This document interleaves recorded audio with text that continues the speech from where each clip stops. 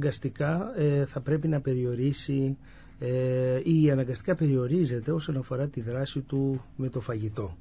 Όμως αυτό έχει και πολύ μεγαλύτερες προεκτάσεις, διότι περιορίζεται και επηρεάζεται αρνητικά η ψυχολογία και η αυτοπεποίθηση. Με πόσους ανθρώπους δεν έχω συζητήσει που δεν τολμούν να πάνε σε φαγητό που τους καλούν, διότι φοβόνται μήπως η κυρία, η νοικοκυρά μαγειρέψει κάποιο σκληρό κρέας το οποίο δεν θα μπορέσουν να φάνε μπροστά στους φίλους τους.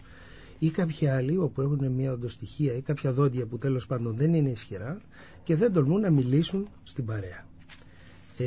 Αν υπάρχει πραγματικά ένα μεγάλο κέρδος από τα ευτεύματα σε αυτούς τους ανθρώπους, δεν είναι η κατάθλιψης ή άλλων προβλημάτων. Δηλαδή, εμφυτεύματα μπορούν να κάνουν και άνθρωποι, 80 χρονών, 85.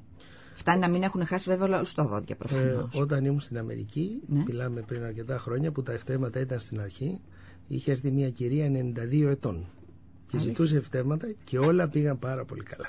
Τέλεια, αυτό είναι πάρα πολύ αισιόδοξο. Λοιπόν, εγώ θέλω να σας ευχαριστήσω πάρα πολύ για αυτή